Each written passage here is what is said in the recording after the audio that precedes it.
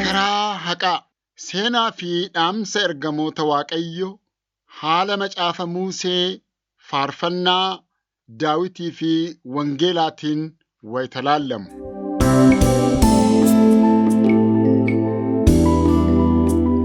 Kutaa tokkoffaa barumsa sadaffaa Seexanaa fi ergamoota yookiin maleekota.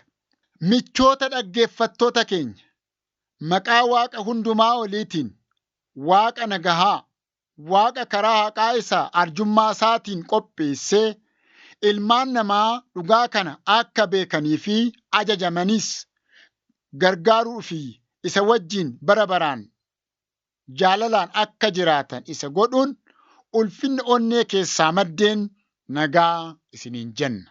Nageenyi keenya isin haa qaqqabu. Har'as barnoota gammachiisaa walitti fufu mata duree karaa haqaa isa jedhu kana isiniif dhiyeessuu danda'u keenyatti gammachuu daangaa hin qabneetu nutti dhaga'ama.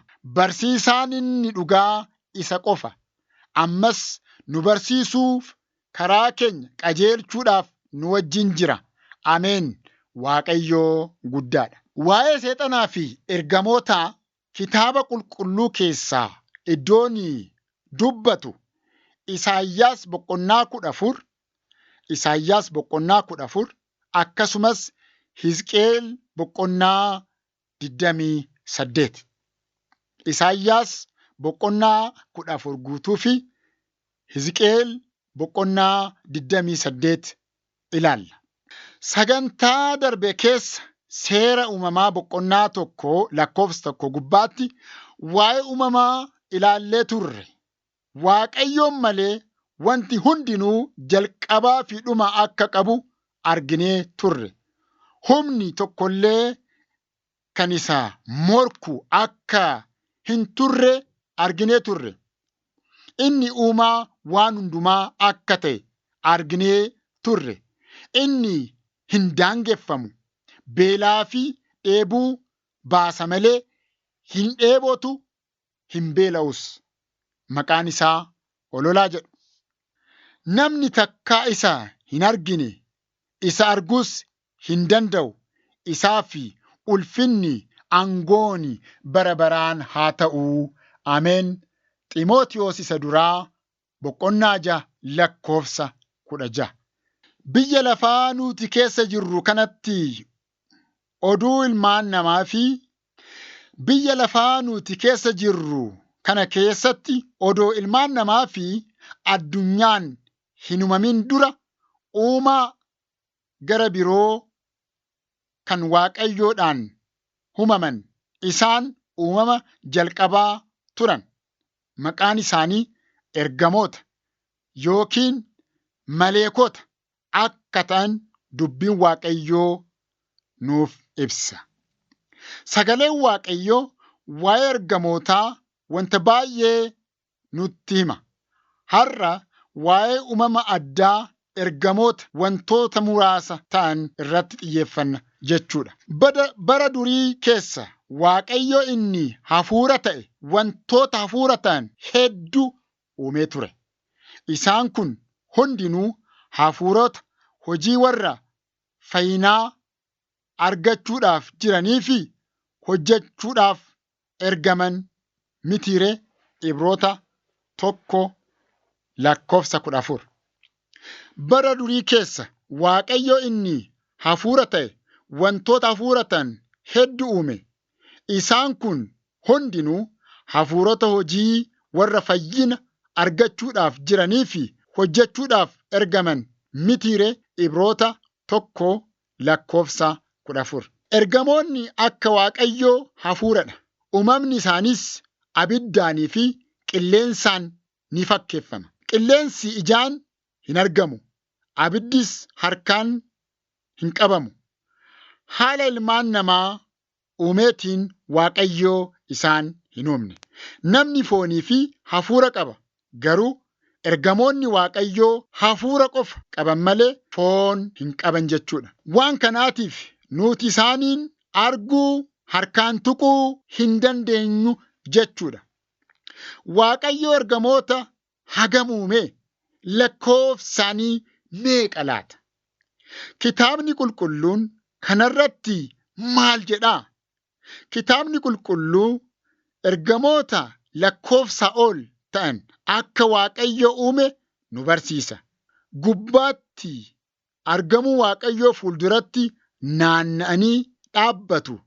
Lakkoofsi isaanii immoo sagaleen Waaqayyo akka nutti ibsutti, kana booddee ani ergamoota baay'ee teessichatti uumama lubbuu qaban sanatti, maanguddoota sanatti naanna'anii nan arge. Lakkoofsi isaaniis kumaatamas ture. Mul'ata boqonnaa 5 lakkoofsa 11. Mul'ata boqonnaa 5 lakkoofsa 11. Waaqayyoo ergamoota maaliif uume? Faayidaan isaanii maal ture? Kitaabni qulqulluun maaliif isaan akka uume yeroo ibsu, gammachuu samiitti bara baraan akka isaan jaalalaanii fi dhugaadhaan Waaqayyoo akka tajaajilan isaan uume.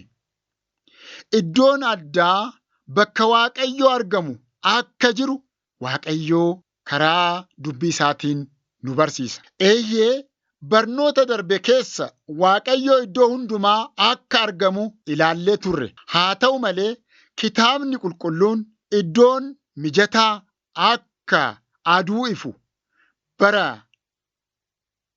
dheeraa bakka Waaqayyoo jiruutii fi ulfinni isaa achitti akka ifu, ol samii gubbaatti akka argamu nutti hima.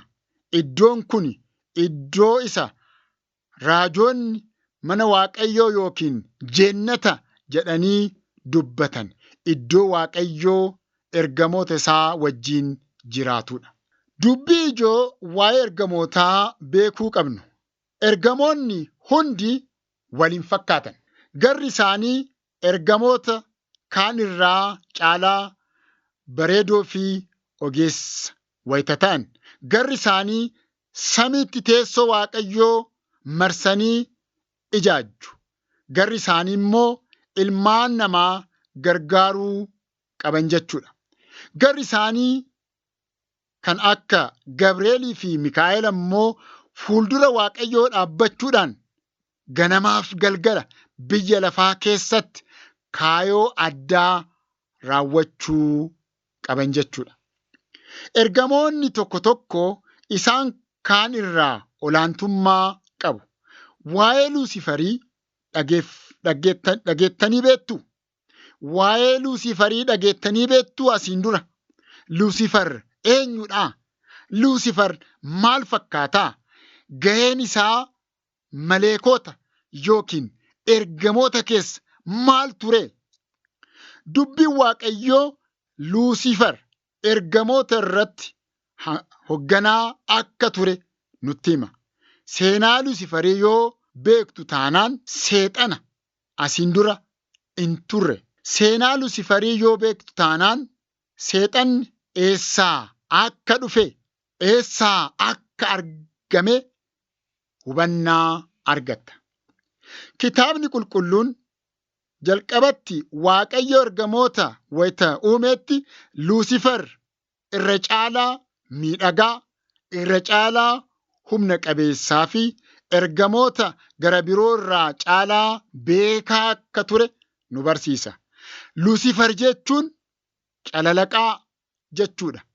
Ergamoota hundumaa caalaa Waaqayyo isaaf ogummaa fi hubannaa daangaa hin qabne akka kenneefi uumama Waaqayyoo waan ta'eef akka malee waan eebbiseefi Waaqayyo waaqessuu dide.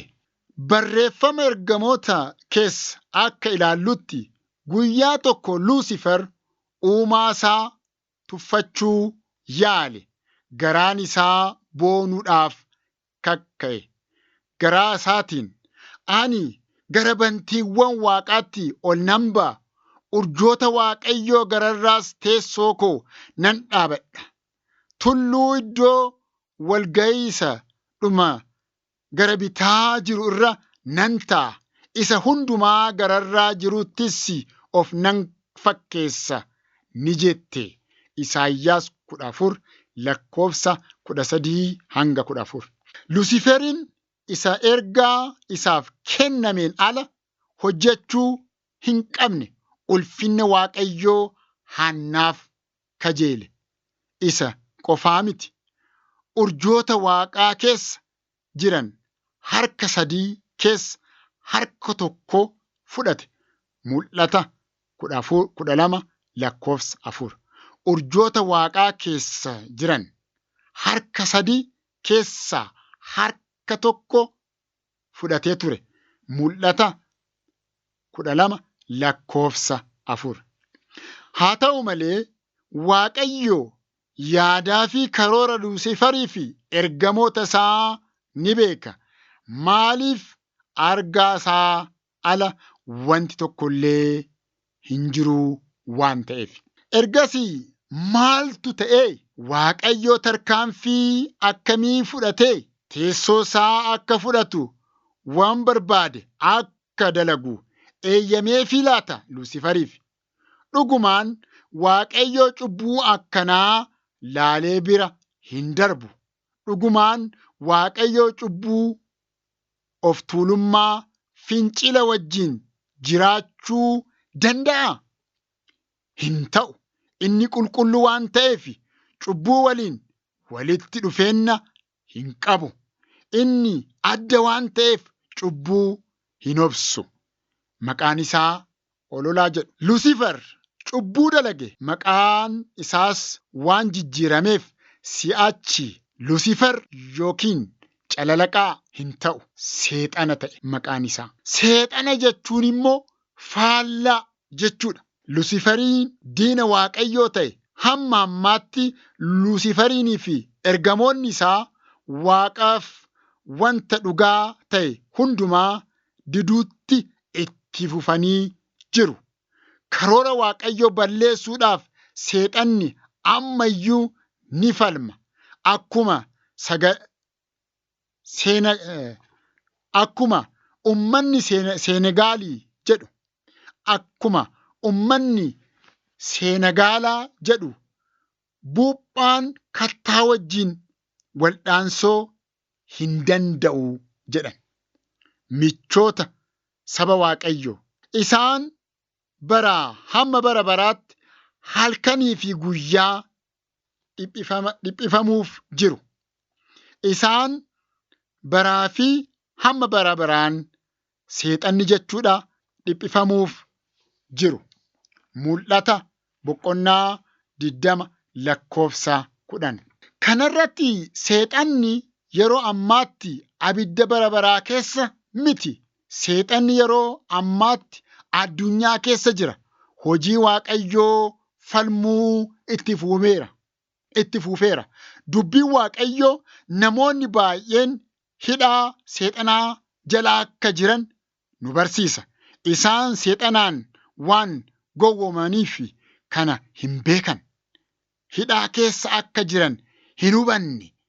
Garuu sammuun isaanii, yaadni isaanii, jireenyi isaanii, bultoon isaanii hidhaa seexanaa keessa jira jechuudha. Seexanni iyyuu ergamoota ifaa fakkaachuudhaaf wallaalchisuu isaatiin waan dinqisiisuu miti. Seexanni iyyuu ergamoota ifaa fakkaachuudhaan wallaalchifachuuf hojjechuun isaa waan dinqisiisuu miti. Qorontos isa 2 boqonnaa 11 lakkoofsa 14. Galanni Waaqayyoof haa ta'u.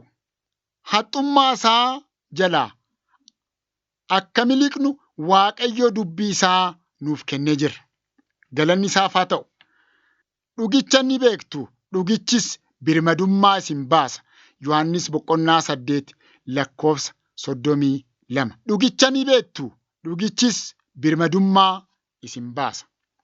Yohannis 8 lakkoofsa 32.